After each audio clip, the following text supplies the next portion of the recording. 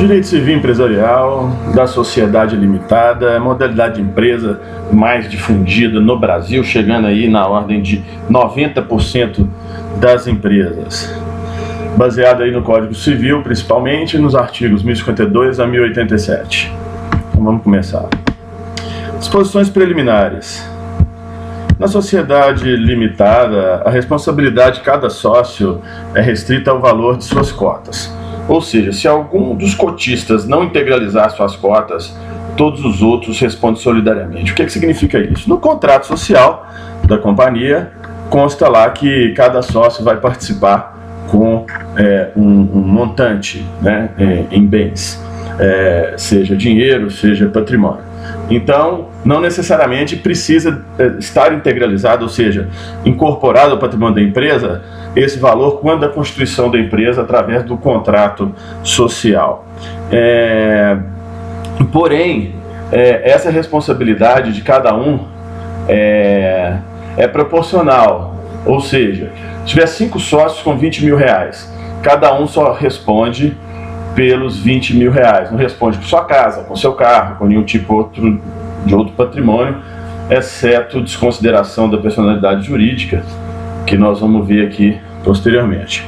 Ou seja, se algum desses cotistas colocou lá seus 20 mil reais, não integralizar, ou seja, depositar esse dinheiro na conta da empresa e integralizar, e vier, por exemplo, a execução de um credor futuramente de 100 mil e cada um só responderia por 20 mil, cada um dos outros 4, então esses 4 responderão solidariamente pelos outros 20 daquele que não integralizou. A sociedade limitada rege-se nas suas omissões pelas normas da sociedade simples, ou seja, de aplicação subsidiária.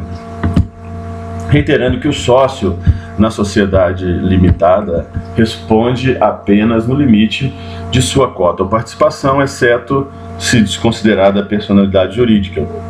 Aí responde com seus patrimônios. No caso de abuso de gestão, fraude, por exemplo, a empresa está desviando o patrimônio abaixo do valor do passivo que tem para fugir de execução, de credor, aí nesse caso, mediante decretação, é claro, do juízo, pode ser responsabilizados os sócios, além da sua participação limitada por suas cotas ou pelos valores de suas cotas. Porém, também no que toca aí as normas de aplicação à sociedade limitada, se previsto no contrato da sociedade limitada, a regência supletiva das normas das sociedades SA anônimas podem também serem estabelecidas. Se não falar, usa-se as disposições das sociedades simples. Das cotas.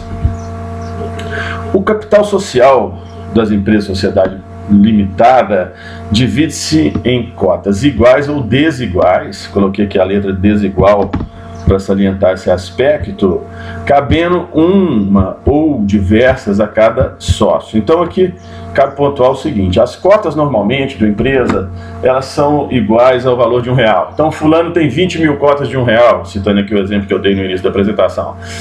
Entretanto, nada impede de existirem cotas de R$1, 50 centavos, R$2, então é uma questão que normalmente não é utilizado, mas que está na lei.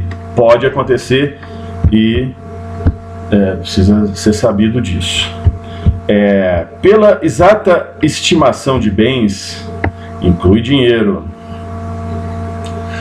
conferidos ao capital social, quer dizer, o capital social divide-se em cotas, e essas cotas representam a exata estimação de bens. Dinheiro é bem pecuniário, não é? Conferido ao capital social. Razão pela qual respondem solidariamente todos os sócios, até o prazo de 5 anos da data do registro da sociedade. O capital social só pode ser integralizado com dinheiro ou patrimônio, não pode ser com serviço. Isso nós estamos nos remetendo àquela outra observação, ou seja, se estimou no contrato que vão ter R$20 mil de participação de cada sócio, então pela essa efetivação do depósito, da incorporação ao patrimônio da empresa, sociedade limitada, dessa avença, respondem solidariamente todos os sócios. Ou seja, complementando, se um sócio prometer e não integralizar o capital previsto no contrato, um credor, por exemplo, pode executar crédito englobando sua participação na empresa, representando judicialmente contra os outros sócios, que nesse caso respondem solidariamente. Então o credor pode ir lá em um dos 4, não precisa nem ir 5 mil cada um. Se é 20, eu vejo aqui, se eu for credor, se alguém é credor, esse aqui tem mais condição de me pagar, ou simplesmente por escolha aleatória, pode ir um só para pagar o que o outro sócio não integralizou. É vedada a contribuição que consiste em prestação de serviços na sociedade limitada. Esse é um ponto também muito importante. Para quem presta concursos, essa é uma pergunta muito, muito constante, né? Normalmente o examinador, muito astuto, muito persuasivo, mascarado, ele coloca lá a questão, por exemplo, o seguinte, né? É permitida a contribuição para integralização do patrimônio declarado em contrato na sociedade limitada pela modalidade de prestação de serviços. Então está errado, é vedado. A cota é indivisível em relação à sociedade, salvo para efeito de transferência, caso em que se observará o disposto no artigo seguinte. Aí complementando aqui, no caso de condomínio de cota, os direitos a ela inerentes somente podem ser exercidos pelo condomínio representante ou pelo inventariante do espólio de sócio falecido. Porque o condomínio é uma universalidade, não é? Então, todos os condôminos representam o condomínio. Então, essa disposição se aplica também no caso de condomínio de cota, ou seja, ocorreu lá a herança de um espólio de uma pessoa que faleceu, de cujos passou para o espólio as suas cotas. Então, cada um vai ter uma parte. Então, para representá-lo, até que o formal de partilha seja homologado, o condomínio de cotas é representado por todos aqueles que integram a universalidade da sucessão. Sem prejuízo do disposto no artigo 1052, os condôminos de cota indivisa respondem solidariamente pelas prestações necessárias à sua integralização. Apenas estendendo essa disposição legal para o espólio. Na omissão do contrato, vou repetir, na omissão do contrato, o sócio pode ceder sua cota, total ou parcialmente, a quem seja sócio, independente da audiência ou anuência dos outros. Ou seja, são 5 sócios, um sócio tem lá 20 mil cotas, quer ceder as 20 mil para um dos outros 4 sócios, ou quer ceder apenas 10 mil das 20 mil que tem, ou seja, evidenciando uma cessão parcial que é permitida. Então ele pode fazer independente da deliberação de qualquer outro sócio. Mas no caso das cotas serem cedidas para um outro estranho, tem que haver a comunicação para os titulares, ou seja, os outros cotistas, e está aqui 1/4, não pode haver oposição de mais de 1/4 do capital social, quer dizer, aqueles que se opuserem, fazendo-se aí a materialização das suas cotas somadas, não pode ultrapassar 1/4 do capital social, quando então não haverá a chancela, a possibilidade de se transferir cota para terceiros. Então está aí o 1/4. Então 1/4 no mínimo, mais de 1/4, melhor dizendo, tem que autorizar a transferência de cotas para terceiros não integrantes do quadro societário da empresa. Então está aqui, desde que discorde menos de 1/4, pode. Corrigido aqui, sobrou uma letra. e que não esteja previsto em contrato. É bom salientar também que na sociedade limitada o contrato manda muito, tem muita liberdade para o contrato deliberar sobre a regra do jogo, como que vai funcionar a estrutura dessa empresa, como que vão se estabelecer a regra da composição das tratativas, vamos dizer assim, administrativas no tocante a essa empresa. A cessão terá eficácia quanto à sociedade e a terceiros, a partir da averbação do respectivo instrumento, averbação qual seja, no cartório adequado, subscrito pelos sócios anuentes. Então vale a partir da averbação no cartório. Não integraliza a cota do sócio remisso. O remisso é o que não integralizou, quer dizer, que prometeu e não efetivou. Os outros sócios podem, sem prejuízo do disposto do artigo 1004, tomá-la para si ou transferi-la a terceiros, a parte das cotas que o sócio remisso, ou seja, aquele que prometeu e não integralizou, os outros podem tomá-la para si ou transferi-la a terceiros, excluindo o primitivo titular e devolvendo-lhe o que foi pago, deduzidos os juros da mora, as prestações estabelecidas no contrato, mais as despesas. Ou seja, se o sócio não integralizou o capital, aí ele vai ser chamado de sócio remisso, os outros sócios podem reduzir o capital da empresa no contrato social. É aquele caso, tem 5 cotas de 20, 4 colocaram os 20, um colocou só 10, então reduz para 90. Claro, da fração não integralizada pelo sócio remisso. E se o credor executar a dívida e não achar o capital integralizado por um sócio, os demais sócios responderão solidariamente. Estou frisando esse aspecto porque realmente é muito importante.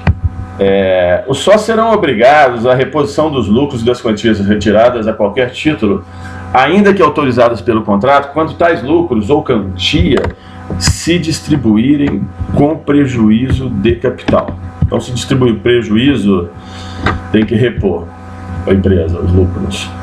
Da administração, a sociedade limitada é administrada por uma ou mais pessoas designadas no contrato social ou ato separado, salientando então, que 2 pessoas que não podem ser administradores, pessoas jurídicas, que é PJ. A administração atribuída no contrato a todos os sócios não se estende de pleno direito aos que posteriormente adquirem essa qualidade. Ou seja, aqueles que entram depois de celebrado o contrato, não entram automaticamente na qualidade de administrador. A não ser se existir uma previsão expressa em contrato que todos os sócios que entrassem seriam administradores. Ou seja, se não falar nada, não vira administrador o novo sócio. E se o contrato silenciar, presumem-se que todos os sócios são administradores. Os sócios, aqueles que contemplavam a composição societária no ato da formação da empresa limitada. O exercício do cargo de administrador cessa pela destituição em qualquer tempo do titular ou pelo término do prazo, se fixado no contrato em ato separado não houver recondução. Bem óbvio essa disposição. Tratando-se de sócio nomeado administrador do contrato, sua destituição somente se opera pela aprovação de titulares de cotas correspondentes no mínimo a 2/3 do capital social, salvo disposição contratual diversa. Ou seja, vamos ressaltar sempre a autonomia do contrato, não é? Para dispor essa questão dos quóruns e outras tratativas no bojo aí da sociedade limitada. Se não for previsto em contrato, de forma diferente, portanto, a destituição do administrador se operacionalizará com 2/3 do capital social, quer dizer, da representação dos sócios correspondentes a 2/3 do total do capital social da empresa. A cessação do registro do cargo de administrador deve ser averbada também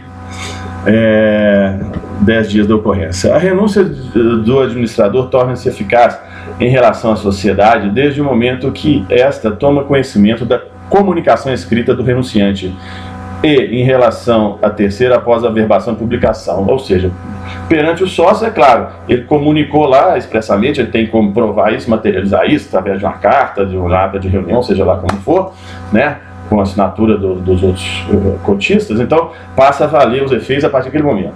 Porém, em relação a terceiros, respeitando o princípio da publicidade, né, apenas após a averbação e publicação em cartório. O uso da firma ou denominação social é privativo dos administradores que têm os necessários poderes, ou seja, apenas dos administradores cabe aí a prerrogativa de utilizar a firma ou denominação social. Do Conselho Fiscal. Sem prejuízo dos poderes da Assembleia dos Sócios, pode o contrato instituir Conselho Fiscal, composto de 3 ou mais membros e respectivos suplentes. Então, 3 ou mais membros. Vou colocar aqui. Então, o Conselho Fiscal possuirá 3 ou mais membros. 3 ou mais membros. Eu vou repetir assim que grava bem. Matando aqui 3 ou mais membros. Respectivos suplentes, sócios ou não, residentes no país, eleitos na Assembleia Anual.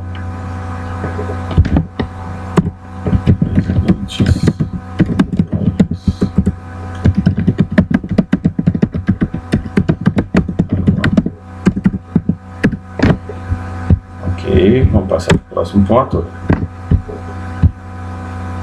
Não pode fazer parte do Conselho Fiscal, não podem fazer parte do Conselho Fiscal.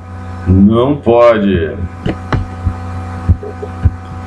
Os inelegíveis, do artigo 1011, os membros dos demais órgãos da sociedade ou de outra por ela controlada,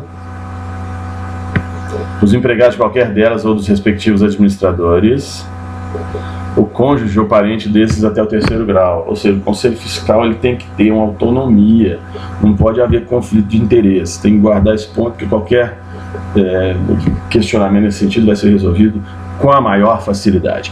É assegurado aos sócios minoritários que representarem no mínimo 1/5 do capital social eleger separadamente um dos membros do Conselho Fiscal e suplente.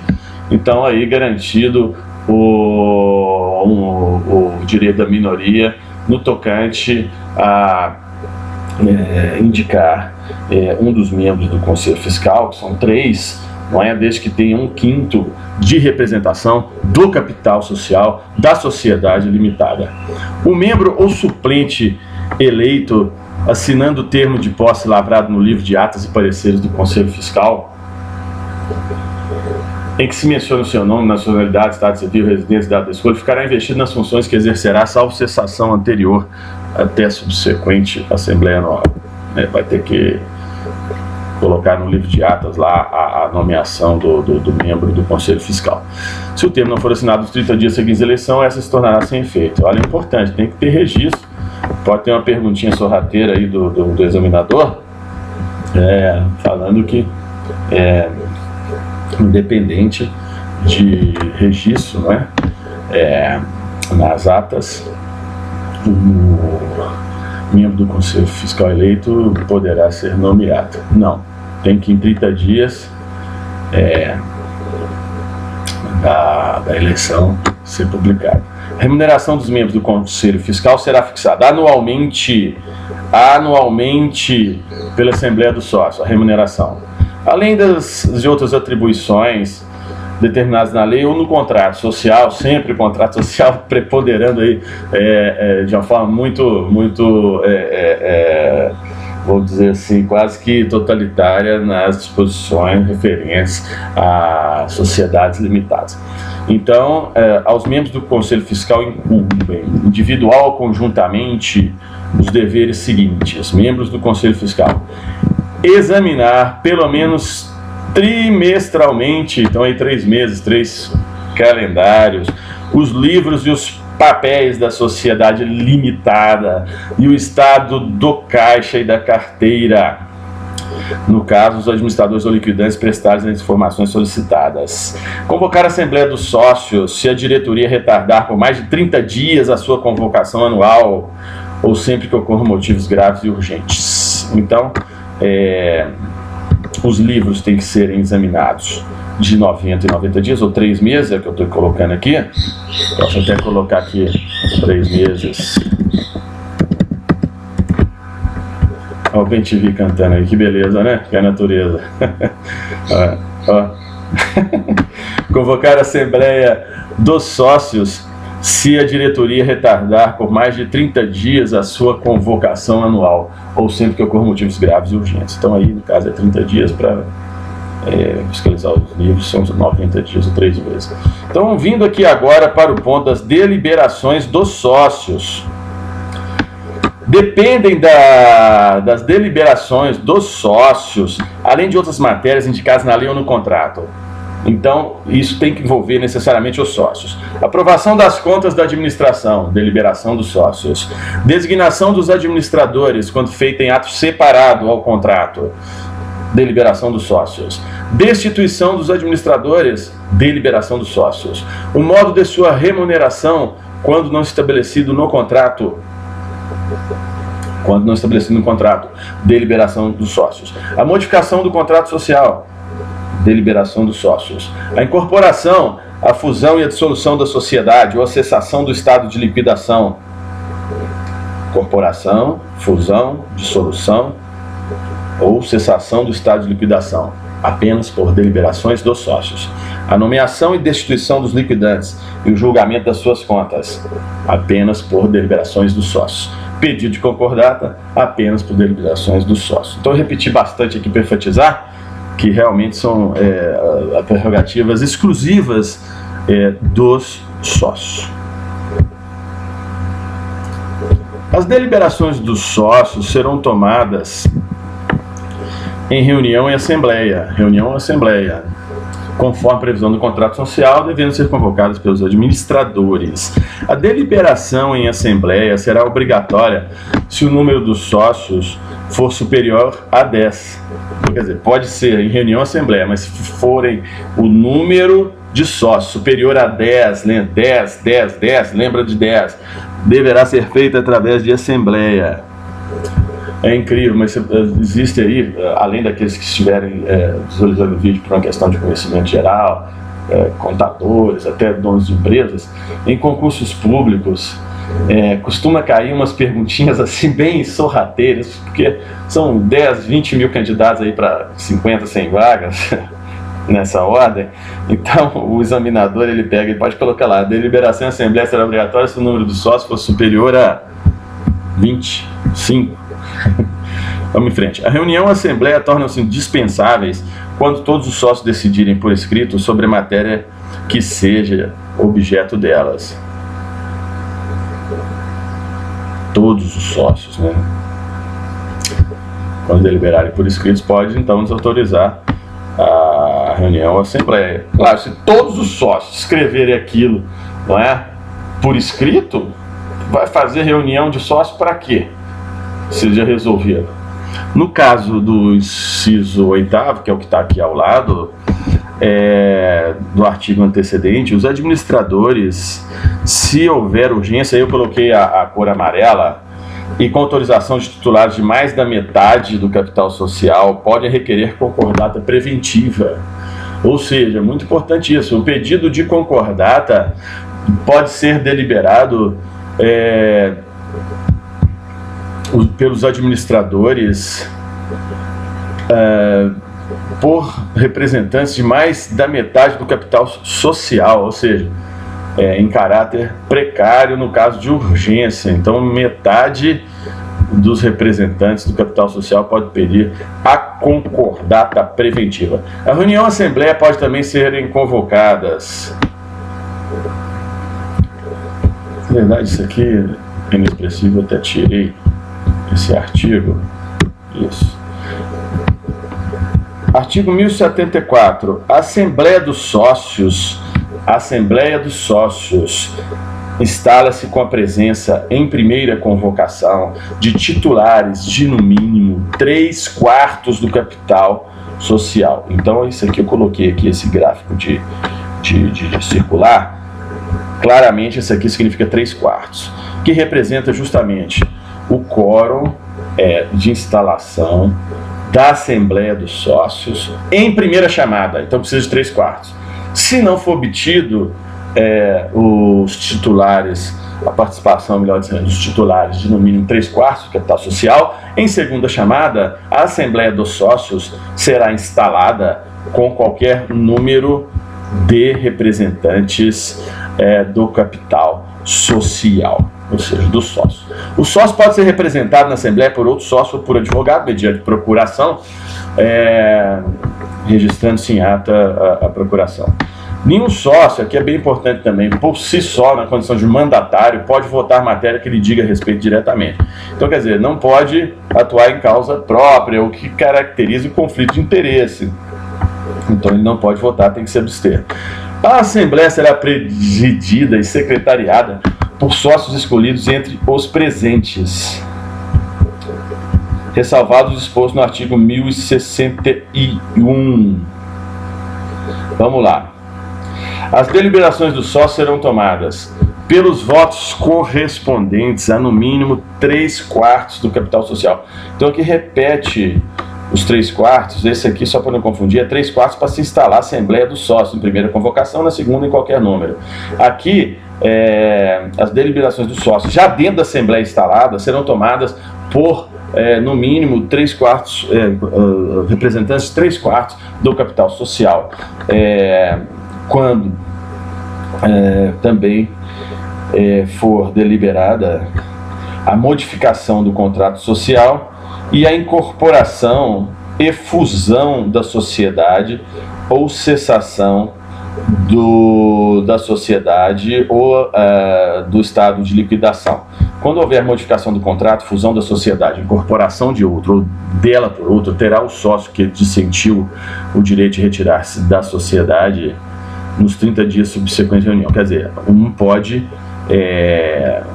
não concordar com essa fusão e pode pedir para sair em 30 dias da sociedade. Então, quer dizer, as deliberações do sócio serão tomadas por 3/4 do capital social, nas hipóteses aí da modificação do contrato, incorporação ou fusão, sendo aí 3/4 de participação societária. Pelos votos correspondentes a mais da metade do capital social, só voltar aqui que ficou um pouco confuso, que ficou junto. Então aqui a modificação do contrato e a incorporação, fusão e dissolução da sociedade só podem ocorrer pelos votos de 3/4 do capital social. Pela metade, eu coloquei meia laranja aqui para não esquecer, metade dos votos do capital social são necessários para a designação dos administradores, quando feito em ato separado ou do contrato, a destituição dos administradores. Coloquei até uma mulher aí para homenagear as mulheres que estão tão efetivas no mercado de trabalho, aí, ocupando cargos de extrema relevância, como tem que ser. Então, a destituição dos administradores, a designação dos administradores quando feito separado, também por metade do capital social, o modo de sua remuneração quando não estabelecido no contrato em relação aos administradores e o pedido de concordar. Então, ele tem que ser metade do capital social. Voltando aqui para não fazer confusão, 3/4 da participação societária é necessário para a modificação do contrato social, a incorporação, a fusão e dissolução da sociedade. Metade, no tocante a administradores, a sua designação, destituição, remuneração e também o pedido de concordata. Quando, pela maioria dos votos dos presentes, demais casos previstos na lei ou no contrato, se este não exigir maioria mais elevada. Então, quer dizer, o contrato pode deliberar muita coisa, realmente, aí no caso a maioria relativa, que consiste na metade daqueles mais um daqueles presentes na Assembleia. A Assembleia dos Sócios deverá realizar-se pelo menos uma vez ao ano, no máximo nos 4 meses subsequentes ao término do exercício social. Então, considerando dezembro o término, até abril tem que haver Assembleia dos Sócios para deliberar sobre o exercício anual. E até 30 dias antes da data marcada para a Assembleia, os documentos desse artigo devem ser postos por escrito, com a prova do aviso e do recebimento à disposição do sócio que não exerce a administração, ou seja, dar conhecimento da matéria antes da Assembleia. A aprovação sem reserva do balanço patrimonial e do resultado econômico, salvo erro, dolo ou simulação, exonera a responsabilidade dos membros da administração e se houver os do Conselho Fiscal. Então, se aprovou a ata, está todo mundo também em relação às suas condutas aprovadas. Salvo se houver fraude, dolo, simulação, nesses casos não existe disposição prévia que possa, vamos dizer, convalidar atos ilícitos. Extingue-se o direito, 2 anos, o direito de anular a aprovação do balanço patrimonial em 2 anos. Que está entrando no gapzinho. Muito importante. As deliberações infringentes do contrato ou da lei tornam ilimitada a responsabilidade dos que expressamente as aprovaram. Vou repetir, vou até aumentar aqui. Esse ponto é de extrema importância.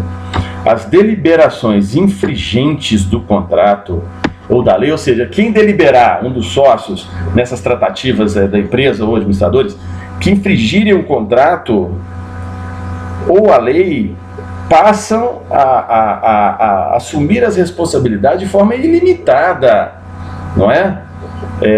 Se eles expressamente aprovaram essas violações do contrato ou da lei, ou seja, a máxima de cada sócio se responsabilizar só no limite da sua participação fica alterada, sendo que eles podem responder, inclusive, com os bens patrimoniais da pessoa física, se infringirem, vou repetir, a lei ou o contrato. Isso é muito importante, que muitas vezes essa questão da sociedade, se congregar com outra pessoa para constituir uma empresa, aquele aderente, né, aquele sócio pode pensar, não tem problema não, porque se meu sócio fizer alguma coisa errada, eu não respondo, né?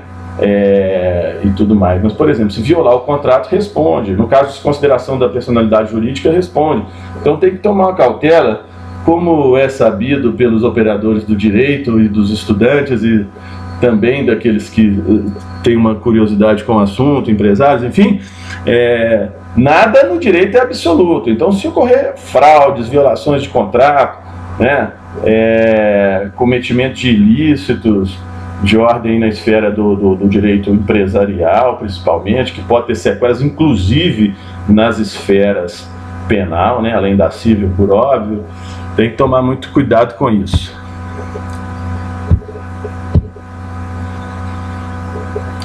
Do aumento e da redução do capital. Ressalvado o disposto em lei especial, integralizadas as cotas, ou seja, todo mundo tem que integralizar para aumentar depois, não pode ter sócio remisso. O capital pode ser aumentado com a correspondente modificação do contrato social.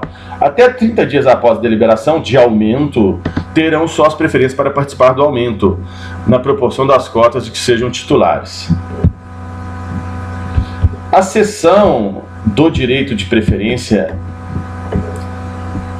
aplica-se o 1057, que exatamente é a não omissão do contrato, o sócio pode ceder sua cota total parcialmente a quem seja sócio, independente de anuência dos outros. Pode a sociedade reduzir capital mediante a correspondente modificação do contrato, depois de integralizado, se houver perdas irreparáveis, se excessivo em relação ao objeto da sociedade. Isso é a deliberação do sócio. No prazo de 90 dias, contados da data de publicação da ata da Assembleia, que aprovar a redução do capital social, o credor quirografário, eu sempre coloco uma bombinha aqui do credor quirografário, quem se interessar pode ver lá, tem um vídeo no canal sobre as preferências de recebimento de crédito tributário, né, aquela relação quem recebe primeiro, eu identifico o credor quirografário por uma bombinha. Eu fiz essa associação na minha memória e permaneço com ela. Quem tiver interesse de também conhecer um pouco mais dessas técnicas de memorização, tem um vídeo na palestra que eu fiz no Pitágoras, bem interessante aí para quem se interessar, está aí no canal também. No prazo de 90 dias, contado da data da publicação da ata da Assembleia que aprovar a redução, o credor quirografário por título líquido anterior a essa data poderá opor-se ao deliberado. Por quê? Porque ele poderia ter direito ao crédito, principalmente se o crédito dele for maior do que essa redução, em face de um capital maior. Então, em 90 dias, o credor quirografário pode representar lá, impugnando essa redução.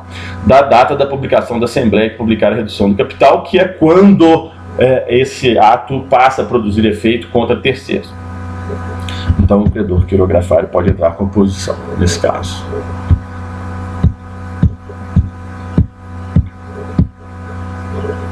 Por fim, da resolução da sociedade em relação a sócios minoritários, vamos lá, artigo 1085, ressalvado o disposto no artigo 1030, quando a maioria dos sócios, representativa de mais da metade do capital social, entender que um ou mais sócios estão pondo em risco a continuidade da empresa, ou seja, a maioria dos sócios, ou seja, mais da metade do capital social representada por esses sócios, entender que um ou mais sócios estão pondo em risco a continuidade da empresa, em virtude de atos de inegável gravidade, poderá excluí-los da sociedade mediante alteração do contrato social, desde que prevista neste a exclusão por justa causa. Então tem que estar previsto lá no contrato, e além disso a exclusão, reza aqui seu parágrafo único do artigo 1085, somente poderá ser determinada em reunião ou assembleia especialmente convocada para esse fim, ciente o acusado, ou seja, o sócio que está sendo acusado de atos de gravidade, não em tempo hábil notificado e permitir o seu comparecimento e exercício do direito da defesa. Ou seja, ninguém tira ninguém da empresa sem dar oportunidade de defesa. Bom, então finalizamos esse vídeo. Bons estudos a todos e vamos em frente.